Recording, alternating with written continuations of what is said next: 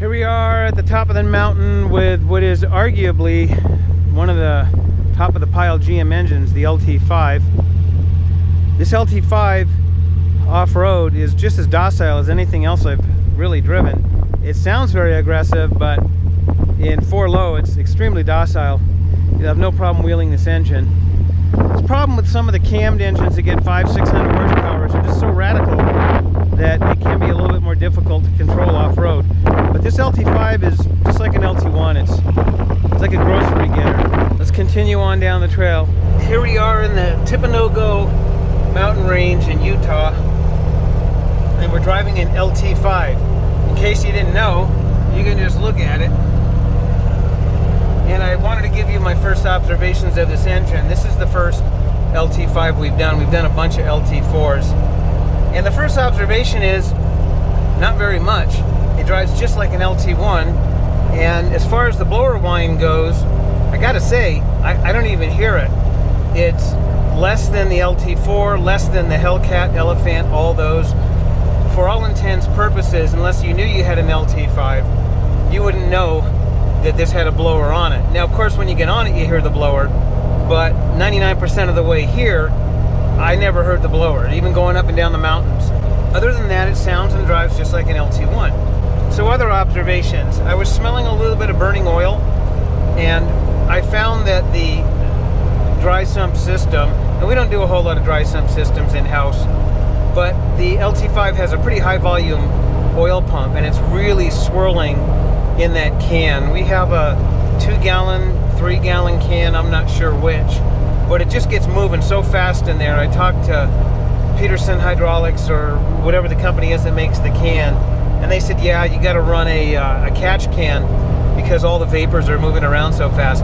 So I installed a temporary catch can using a soda bottle, and I raised the vent tube. We'll see what that does. Other than that, really no complaints. Drivability has been perfect. Power has been perfect. Oh, one other thing. When the temperatures got to about -10, the starter didn't want to crank. Now remember, we have the battery in the back of this, and I've experienced this before. We got a high compression engine. Believe it or not, I think this engine is still about 10-1, even though it's supercharged. When you hit the key, it just clicked. So I clicked it 3 or 4 times, and then it started. Once temps got up to about 0, there was no problem. It cranks every time. So we got to beef up the power and ground supply from the battery to the engine. Now we are running a GM Performance tune in this. This is a GM Performance LT5. We're not running a production Corvette tune. And overall, I'm really happy with the tune. The fuel trims are good. I think the economy can be a little bit better. I'm probably going to do a little bit of comparison to a OE production tune. The spark timing seems to be really conservative. I think Kalen might have backed off the timing just a bit because we wanted to be ultra conservative with this engine. When you have as much boost as this engine has, you would rather be safe than sorry. Some basics on this Jeep is it's a late model JK. It does have an Atlas 2, and this isn't the regular Atlas 2. This is the heavy duty case. Steve Roberts over at Advance built it for this vehicle specifically. I don't know what they do, but I told them this vehicle has over 700 horsepower. Build it for 800 to 1,000 horsepower. I'm not sure what the horsepower of the LT5 is, but I know you can open it up. One of the issues with these high horsepower engines is getting enough fuel flow. And with a port fuel injected engine, it's a little bit easier, but since this is a direct injected engine, they actually added an extra set of 8 injectors, port injectors, with a separate fuel control module that powers those extra injectors. So it gives you a tremendous amount of fuel delivery, and it still gives you the advantage and benefits of the direct injection. I know a lot of guys are ditching direct injection for the simplicity, and I really think it comes down to just not understanding it. Back in the late 50s, early 60s, Rochester and GM offered a fuel injection system. You guys probably know about the fuel injected Corvettes. They also made some passenger car vehicles with the Rochester fuel injection. And it was a very interesting system, and it actually worked pretty good, but nobody really understood it. So if you went into a mechanic shop and you had a problem with the fuel injection, they would just ditch it. They didn't try to fix it. Throw an intake and slap a carburetor on it, which back then probably cost you 100, 200 bucks, and you didn't have to deal with the fuel injection. So a lot of the original fuel injected cars no longer had fuel injection, which hurt the value quite a bit. today collectors will pay a premium for a fuel-injected Corvette. I actually have a 57 Fuelie, and I had a 63 Fuelie Corvette. And those systems really aren't that bad. They're really not that complex once you understand them. And I think it's the same thing about direct injection. Direct injection's been around a long, long time, but all of us have our opinions and habits. And if you're used to port injection or a carburetor, that's what you want to stay with. But guys that understand engine performance, that want to squeeze every ounce of power or economy out of an engine, know that you need to go with direct injection. And I'm not just talking about for automobiles, I'm talking about for aircraft or anything else. So what GM did is they piggybacked the port injection system on top of the direct injection system, and it gives you a tremendous amount of fuel delivery. I was expecting to feel some flat spots or maybe some surging, but nothing, none of that. This engine is completely linear. Like I said, you wouldn't even know it has a supercharger on it unless you get on it. From what I understand, GM has a new hybrid LT4/LT5. I think they're putting it in the new Escalade, which is like over 100 grand. But I think it runs the LT5 blower on the LT4 long block. I'm not really sure. It's some combination. I think they got rid of the port injectors and came up with a simpler engine that is a compromise between power and simplicity. Because make no mistake, the LT5 is a very technologically advanced engine. It's not like the Elephant or the Hellcat or even the LT4 to a certain degree. But make no mistake, the LT5 is a very technologically advanced engine. You got direct injection with continuous variable valve timing. I do believe they're still running a dual stage oil pump. I've been actually monitoring the oil pressure through the dash, and we're staying about 36, 37 PSI just cruising. And when you first start it, we're staying about 40, which tells me it has control of that fuel pressure. We're running those 16 injectors. We're running high compression with a large displacement blower. We're running a fuel pump control module, a fuel injector module, an engine control module, and a transmission control module. We are running the 8090, which works beautiful in this combination. It shifts really, really nice. And as you guys know, the 8090 is good for a lot of horsepower. It's one of the strengths of that transmission. It gets a lot of bad publicity about its shifting quality, but the one thing it does have is strength. One of the things that I mentioned in my previous video is you can take a small engine, like the new 3-liter Stellantis or whatever they call it now, that 4-cylinder turbo in the Wrangler, and you put boost on it and you basically have V8 performance. And that's awesome because you also get the economy of the smaller engine, but the engine's working hard. You take a motor like this, 6.2 liters, and then you boost it and you got a monster. You guys know it doesn't really matter if it's a Hellcat or an LT4 and LT5. These things got a lot of power. And what's faster than the other, I don't know, and I don't really think it matters too much, because what it really comes down to is the setup of your Jeep. How is your suspension set up? I remember we had an LS9 Jeep years ago. That's a blown 6.2 LS engine, not an LT. And this guy had his Jeep all pimped out with, I don't know, was it I think it was a 3-link in the rear. And when you launched in that thing, the rear end would jump up about 2 feet, literally, and the vehicle wouldn't move. So you're just eating up horsepower at that point. So whether you have 700 horsepower, 800 horsepower, it doesn't really matter if you don't hook up. Now, why guys would want to go out there and drag race the Jeep, I don't know. I spent a lot of time on the drag track with my muscle cars, but I will say these V8s do make these vehicles a dream to drive. I mean, you give me a 5.3 LS and I'm pretty happy. You give me a 6.2, I'm even a little happier. Biggest difference I noticed with these supercharged engines is when you do get up to the high altitudes and under the higher loads, they just seem to cruise over those hills a little bit easier.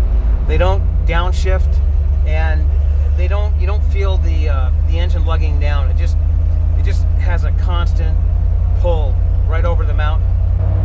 I noticed with the LT4 at certain throttle positions, you can get into a little bit of supercharger surge, and that's right between normally aspirated and boost.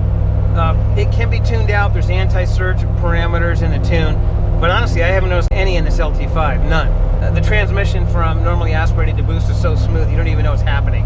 The one downside of this engine is going to be, unlike the smaller supercharged and turbocharged engines, is you're just not going to get the economy, because now you still have the pumping losses of a large engine, the friction of a large engine, Now you got the supercharger that you have to drive. Now the supercharger is a mechanically driven device. If you look at the centrifugal superchargers that are belt driven, they're still mechanically driven. Turbochargers drive off of the exhaust, so they say it's free energy. There's been a lot of advances in low friction superchargers with Teflon seals, and I guess the TVS blower is the latest and greatest. We used to work with the Roots blowers back in the old days. They weren't as efficient, but the bottom line is that you're going to have a certain amount of drag and friction with any supercharger system. Under certain conditions, I guess they can add efficiency, like when I go up some of these mountain grades and the boost comes in. I think you can actually have a little bit of efficiency over a normally aspirated engine. Obviously at altitude, when you get to 10, 12, 20, 30, 40,000 feet in an aircraft, then you gotta have a supercharger or a turbocharger to maintain your power, because you're losing about 3% of your power every 1,000 feet. 20,000 feet, that's 60% of your power. We'll be doing another test drive in this vehicle, and before I say more about the engine, I need to learn a little bit more about it, because I don't know this engine like I know the LT1. Even though they share the same architecture, they are different engines. As you can imagine, going up these rolling hills on the open highway at high altitude is completely effortless in this LT5. In fact, I got to keep the cruise control on so that I don't speed. When we installed this engine, we didn't use our easy mounts. We welded in frame mounts and used polyurethane isolators rather than the hydraulic isolators, for obvious reasons. If you're going to have 700 horsepower, the hydraulic mounts just aren't going to hold up. While we're cruising along here, I've been watching this oil pressure quite carefully. It really hasn't moved. It is controlled in the mid-30s pretty much all the time that I've been cruising. So it tells me that the computer does have control of the oil pressure. So when I take it off-road, I'm going to check that dry sump oiling system carefully. We are going to put a catch can in it. We're going to see how much fluid that we get after the oil level stabilizes. One interesting thing, you can see here we got our oil pressure on torque, and we got it down here. If you look at the intake temp, I got two of them on here, and I do actually believe there's three. The 73 degree intake temp is before the supercharger. The 131 is after the supercharger, after it goes through the intercoolers and is compressed. So 131 degrees is nothing. I've seen these get to 250 plus, and above 200 degrees, you really see a degradation in performance. So you want to watch that intake temp. Now it's the same thing with the map sensor. You have a barometric sensor, which pretty much senses atmospheric. Then you have the map sensor before the supercharger and the map sensor after the supercharger. This also has a humidity sensor, so there's a lot of information going into that computer. The more information it has, the better choices it can make. On this build, we did put the computers inside the cab. As mentioned, we have a fuel control module, fuel pump control module, a fuel injector control module, a transmission control module, and an engine control module. So with all that and the fact that GM supplied a lot of wiring, we ended up installing those components under the seat. And it leads to a cleaner installation under the hood, although it is more work. Here we are in Beaver. Just got gas. We averaged just almost 12 miles to the gallon, which is nothing to write home about, but we cruised at highway speed the entire way with ease. If you weren't sure what engine you have, you can always just look at this hole in the hood. We're actually having a debate what hood scoop to run. We've got several at the shop. Kalen wants a clear one. I kind of like the Cobra Jet or the ZL2 hood, but anyway, we'll sort that. So let's look at this catch can I made. So first, this is an intercooler, then an AC condenser, then of course the radiator. We also have another intercooler in the back because GM gives you two intercoolers if you look at the intake here on the LT5. We are running a Speed Junkie, Drive Junkie accessory drive, which has worked out really awesome. It's an 8-groove belt, and I'm not sure if you guys are going to see it, We're running a high volume power steering pump, so if you ever went to hydraulics, it would handle it. It's down there, and it's aimed backwards so that we have clearance to the steering gear. This was an exercise in getting 5 pounds into a 1 pound bag. Here we have our coolant reservoirs. You see the one that says R, that's for the radiator, and then the one that says SC, those are the intercoolers. So they have their own separate coolant bottles.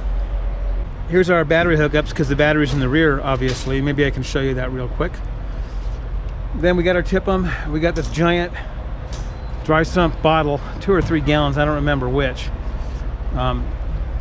We had the drain tube going out the bottom with a filter, but after talking to these Peterson guys, they said make it level with the canister, which didn't make a whole lot of difference. As you can see here, we got, I'm gonna say an ounce and a half after about 1,000 miles.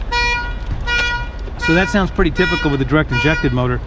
But that's not oil from direct injection, that's oil from the oil swirling around in this bottle. And if you take the top off or the cap off with this engine at 3,000-4,000 RPM, it's spinning around in there like a whirling dervish. So you have a lot of aeration, not aeration, just a lot of vapor that comes out that overflow. We did get a catch can with a baffle, which is supposed to stop it, but according to these guys at Peterson, they said it'll find its level, and then every few thousand miles you're just going to have to add oil to it, just like you would an older direct injected motor. We find with the LTs you don't have to add the oil. You know what I'm looking for is the guy's name that built the engine. They do it on the LT4s. Here's the GM performance label, and these are all custom brackets, by the way, by our guy Chris. Let's go to the rear real quick and see if we can see the battery.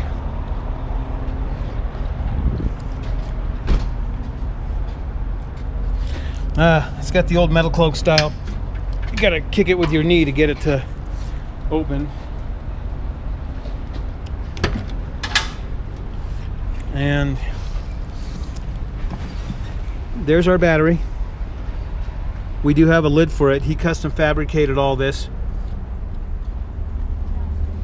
This plate here also allows us to pull the this off and service. I'm not sure if the fuel tank's down there or what, or the intercoolers are down there. There's stuff down there. We'll take a better look at it later. But he's built this out of really heavy steel so that you'll have a little hump, but you'll still be able to use the storage area when we're done. We are back in Las Vegas with this LT5 JK. It's nice and sunny here. I was supposed to take this JK back to the shop, but it's actually running so good that I'm just going to take a quick run to the mountain. We actually go through a process after a Jeep is done of driving it. Of course, this one being an LT5 is going to get some extra attention. I intend to do several test drives, not only for the Jeep, but for me. I want to learn a little bit more about this powertrain. In the last 1,000 miles, what I've learned is this LT5 runs virtually identical to an LT1. That docile, that quiet, that smooth. Well, I'm not going to say quiet because we've got a pretty aggressive exhaust on this, but it's not radical at all. That's the advantage of modern engines. You can get the horsepower and still maintain the drivability. You could definitely daily drive this Jeep.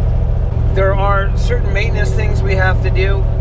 One being the Atlas, this having a heavy-duty Atlas. The fluid needs to be changed in the first 500 miles. This Jeep has really been pretty much trouble-free. There's a couple of small things, like one of the tire pressure monitor sensors is out. This does have, I do believe that this has new sensors in it, so maybe it's just not programmed. But overall, the LT5 has been awesome. I don't know if GM's still offering the LT5. I heard rumors that they were going to drop it. Maybe they did. One more observation with the LT5 is when you're under a load, like you're going up a hill or you're passing a car, with an LS or a Hemi, you feel the engine start to bog, the transmission downshifts, it gets in its power band, and you do whatever you got to do. With the LT4 and even the Hellcat, when it's under a load, you feel a change when you go into boost. Like the tone of the engine changes to a deeper growl. You know the supercharger's coming in, you hear a whine. But with the LT5, I don't notice that at all. Going up these grades, it just feels like a normally aspirated engine under no stress. You don't feel the engine bogging, the transmission downshifting. It just feels like no matter what load it's under, it's happy.